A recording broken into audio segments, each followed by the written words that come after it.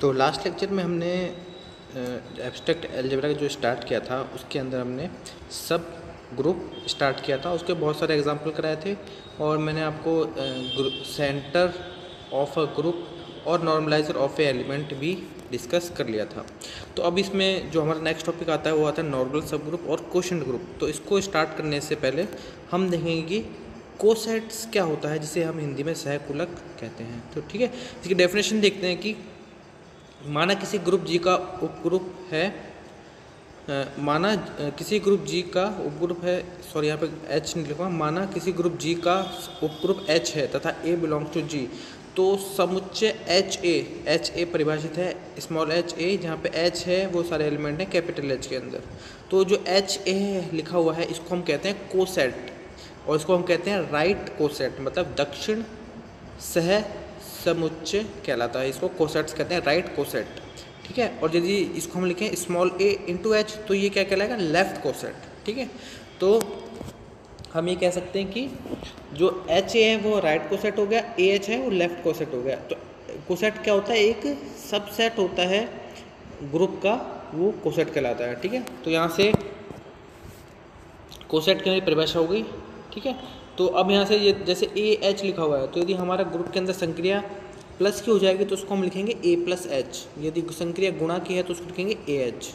ठीक है, और यदि संक्रिया, ये तो लेफ्ट को सेट हो गया, और यदि राइट को सेट की बात करें तो हमारे संक्रिया हो जाएगी एच प्लस ए और एच स्मॉल ए यदि गुणा है। ठीक है, तो यहाँ से हमारे इसको ये लिखा हुआ है यहाँ पे। और जैसे यहाँ पे एग्जांपल देखते हैं हम कि z प्लस के अंदर 2z के सभी सहकुलक ज्ञात करने हैं हमको। तो z क्या होता है, हमारा इंटीजर होते हैं, इसमें होते हैं -1 0 -1 +1 +2 -2, इस प्रकार के सारे एलिमेंट होते हैं जो पे h लिखा हुआ है। तो यदि हमें इसमें ज्ञात करना है, सहकुलक निकालने हैं 2z के लिए। ठीक है, सहकुलक निकालने, तो इसके लिए हम देखेंगे संक्रिया यहाँ पे प्लस है, तो हम प्लस है तो हम एक बारी बारी से एक अवयव लेते जाएंगे और निकालते जाएंगे। तो पहला अवयव हम ले लेते हैं 0। तो 0 के लिए क्या हो जाएगा, h के अंदर 0 ऐड कर देंगे, तो h प्लस 0 के लिए क्या हो जाएगा कि h के सभी अवयवों में 0 ऐड हो जाएगा। तो हमारे पास आ जाएगा -6 -2 -6 -4 -2 0 2 4 6, इस प्रकार चलता जाएगा। यदि हम 1 के लिए निकाल देंगे तो h प्लस 1 की वैल्यू क्या होगा, मतलब h के अंदर सारे अवयव में 1 ऐड कर देंगे, तो 1 कर देंगे तो हमारे ये हो जाएगा -5 -3 -1 1 3 5 7, इस प्रकार से चलता जाएगा। इस प्रकार 2 के लिए कर देंगे, 3 के लिए कर देंगे -1 -2 -3, इस प्रकार चलते जाएंगे। तो हर एक अवयव के लिए हमारे पास एक कोसेट आ जाएगा। ये हमारे सारे हैं राइट कोसेट, हम इसके हिसाब से लेफ्ट कोसेट भी निकाल सकते हैं। अब यहाँ से ये भी देख सकते हैं कि h प्लस 0 के जो सारे एलिमेंट हैं वो बराबर है हमारे पास h प्लस 2 के। इसी प्रकार से हमारे पास h प्लस 1 के एलिमेंट है वो है h प्लस 3 के। ठीक है, तो इस प्रकार से हम डिफरेंट कोसेट्स निकाल सकते हैं। ठीक है, जैसे ये वाला एग्जांपल है, इसके अंदर हमको h दिया हुआ है और g दिया हुआ है, तो हमें h के सहकुलक ज्ञात करना है, तो हम क्या करेंगे, g का एक अवयव ले लेंगे और h में ऐड कर देंगे, दूसरा अवयव लेंगे फिर h में ऐड कर देंगे। तो यहाँ से इस प्रकार से लिया हुआ है, तो एग्जाम्पल से हम इसको समझ सकते हैं। इसी प्रकार से जैसे हमें z8 दिया हुआ है, +8 ऑपरेशन है और उसके h है वो है 0 4, तो उसमें h के सारे कोसेट्स निकालने हैं। तो क्या करेंगे, पहले g का एक z का एक अवयव लेते जाएंगे और उसको हम h में ऐड करते जाएंगे। जैसे यहाँ पे हमने देखिए कि पहले अवयव लिया है 0, उसको h में ऐड किया है h प्लस 0, तो वो सारे अवयव आ गए हम पास 0 4। ठीक है, अब हमने g का भी अवयव लिया 1 को करेंगे h में ऐड, तो एक हो जाएगा 1 और एक हो जाएगा 5। ऐसे 2 करेंगे तो 2 में 0 जोड़ेंगे तो 2, 4 में 2 जोड़ेंगे तो 6, तो ऐसा हो जाएगा 1 5 2 6, h प्लस 3 इस पर आ जाएगा 3 7, 4 आ जाएगा हमारे पास 4 8, और 8 आती है हमारे पास, उसमें से हम 8 घटा देंगे तो 0 आ जाएगा। ठीक है, तो इस प्रकार से हमारे सारे अवयव आ जाएंगे। इस प्रकार से हम निकालेंगे तो अलग अलग निकालते हैं। जैसे हम 8 से ऊपर जाएंगे तो हमारे पास देखेंगे कि रिपीट होने लग जाएंगे हमारे पास h1 h2 h3 h1 sorry h से स्टार्ट करेंगे तो h आ जाएगा, फिर h प्लस 1 आ जाएगा, फिर h प्लस 2 h प्लस 3, फिर जैसे h प्लस 4 पर जाएंगे तो रिपीट होकर वो h के बराबर ही आ जाएगा। तो हम पास 4 डिफरेंट कोसेट्स आ जाएंगे। ठीक है, अब यहाँ से हम प्रॉपर्टीज़ देखेंगे। सहकुलक की प्रॉपर्टीज़ आती है कि पहला, यदि h ग्रुप का कोई उपग्रुप है तो स्मॉल h है तो h स्मॉल h की वैल्यू होगी h के बराबर, या फिर h की वैल्यू होगी स्मॉल h के बराबर। ठीक है, तो यहाँ से ये कहना चाह रहा है कि यदि कोई उपग्रुप दिया हुआ है तो उसके लिए हमारे पास ये सारी वैल्यूज़ बराबर होती हैं, राइट कोसेट लेफ्ट कोसेट इसके सारे बराबर होते हैं। ठीक है, तो हमको यदि बराबर प्रूफ करना है तो मान के चलेंगे कि स्मॉल h कोई h का एक सबसेट है तथा एक स्वच्छ अवयव है, तब हम उसके 2 एलिमेंट लेके चल लिए। ठीक है, तो यहाँ से जब हम स्मॉल h1 लेंगे h के बराबर, और स्मॉल एच लेंगे एच के बराबर, तो उनके दोनों का गुणा एच में होगा, क्योंकि ये एच एक खुद एक ग्रुप है। तो यहाँ से हम ये कह सकते हैं कि small H is a subset of H.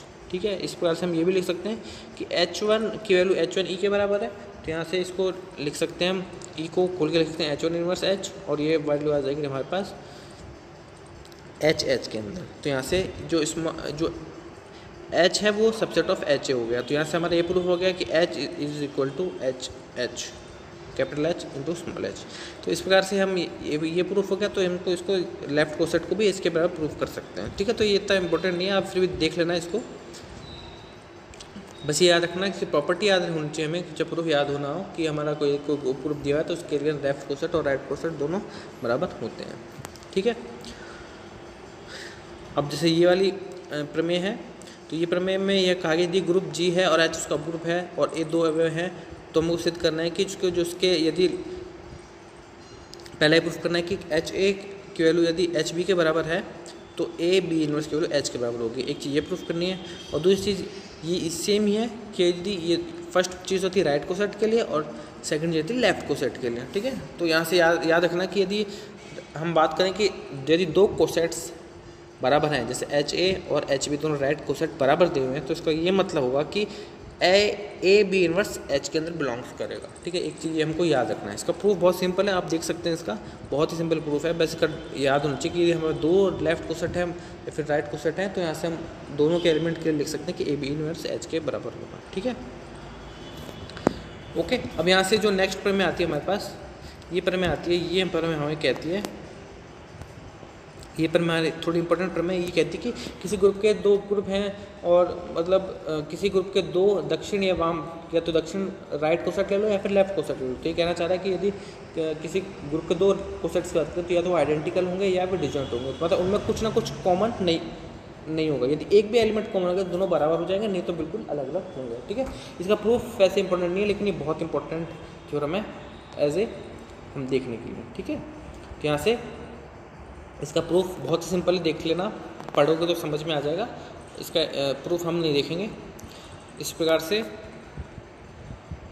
अब जो ये प्रमेय आती है, ये प्रमेय कहती है फोर्थ प्रमेय कि किसी ग्रुप जी का एक उपग्रुप H दिया हुआ है, तो जी H के सभी राइट कोसेट या फिर लेफ्ट कोसेट का सह समुच्चय के संघ के बराबर है। सिंपल से कहना चाह रहा है कि यदि हमारे पास किसी ग्रुप के अंदर एक H सब ग्रुप है, तो यदि हम H के सभी कोसेट्स निकालते हैं तो जी को हम लिख सकते हैं यूनियन ऑफ ऑल कोसेट्स के फॉर्म में लिख सकते हैं। ठीक है, इसको प्रूफ करने के लिए हम मानते हैं एक अवयव ले लेते हैं A। ठीक है, A यदि जी के अंदर है तो A हमारा इस लेफ्ट कोसेट में होगा, क्योंकि यहाँ पे यदि एक एलिमेंट ले लेते हैं हम E, तो A इंटू E हमारा A ही होता है, तो इसका मतलब होगा A हमारा बिलोंग करेगा AH के अंदर। ठीक है, अब यदि इस प्रकार से हम यूनियन ले लेते हैं सभी एलिमेंट का A के लिए, तो हमारा A को हो जाएगा A belongs to union of AH, जहाँ पे A है जी के अंदर बिलोंग करता है। तो यहाँ से अब जो A है हमारे जी के अंदर था, तो यहाँ से प्रूफ हो गया G is a subset of union of AH। ठीक है, यदि हम बिलोंग्स के साइन से ग्रुप में जाते हैं, मतलब एलिमेंट से ग्रुप में आते हैं, तो हमारा जो बिलोंग्स का साइन होता है वो कन्वर्ट हो जाता है सबसेट के साइन में। तो यहाँ से समीकरण 1 प्राप्त होता है। इसी प्रकार से हम ये देख सकते हैं कि हमारा लेफ्ट कोसेट है वो सबसेट ऑफ जी है फॉर ऑल जी। तो यहाँ से हम फिर इसमें यूनियन ले लेंगे। ठीक है, तो जैसे ही हमने यूनियन लिया तो लेफ्ट साइड में होगा union of A belongs to G AH is a subset of G. अब दोनों समीकरण 1 और 2 से हम लिख सकते हैं कि G is equal to union of H है। ठीक है, तो यहाँ से प्रूफ हो चुका है हमारा कि हम G है उसको यूनियन ऑफ AH के फॉर्म में लिख सकते हैं। ठीक है, ये हमारा प्रूफ हो गया, ये हमने देख लिया अभी। अब हमारा जो लाग्रांज प्रमेय है ये बहुत इंपॉर्टेंट प्रमेय है, इसका प्रूफ हमेशा पूछा जाता है, तो ये प्रूफ आना चाहिए। मैं इसका प्रूफ बता देता हूँ। लाग्रांज प्रमेय क्या कहलाता है कि यदि एक परिमित ग्रुप के प्रत्येक उपग्रुप का गुणांक उस ग्रुप के गुणांक का भाजक होता है। इसका सिंपल सा मतलब ये कहना चाहता है कि यदि हमें कोई ग्रुप जी दिया हुआ है और उसका ऑर्डर हमको दिया हुआ है, ठीक है, इस प्रकार एक H दिया जो कि सब ग्रुप है जी का, और हमको उसका ऑर्डर भी दिया हुआ है, तो ये कहना चाह रहा है कि प्रत्येक ग्रुप के ऑर्डर में उसके सब ग्रुप के ऑर्डर का भाग जाता है। ठीक है, ये हमारा ये मतलब कहने का, प्रत्येक ग्रुप के ऑर्डर में उसके सब ग्रुप के ऑर्डर का भाग पूरा जाता है। जैसे मान लेते हैं किसी ग्रुप का ऑर्डर 10 है और उसका एक सब ग्रुप है जिसका ऑर्डर 5 है, तो 10 में 5 का पूरा भाग जा रहा है, तो ये सब पॉसिबल है। ठीक है, तो इसको प्रूफ हम देखते हैं। माना कि H एक परिमित ग्रुप जी का उप ग्रुप है, ऑर्डर ऑफ जी हमने मान लिया n और ऑर्डर ऑफ H मान लिया m, तो हमको प्रूफ करना है कि n के अंदर m का पूरा भाग जाता है। तो इसके लिए हम क्या करेंगे, एक फंक्शन डिफाइन करेंगे, जो कि कहाँ से है,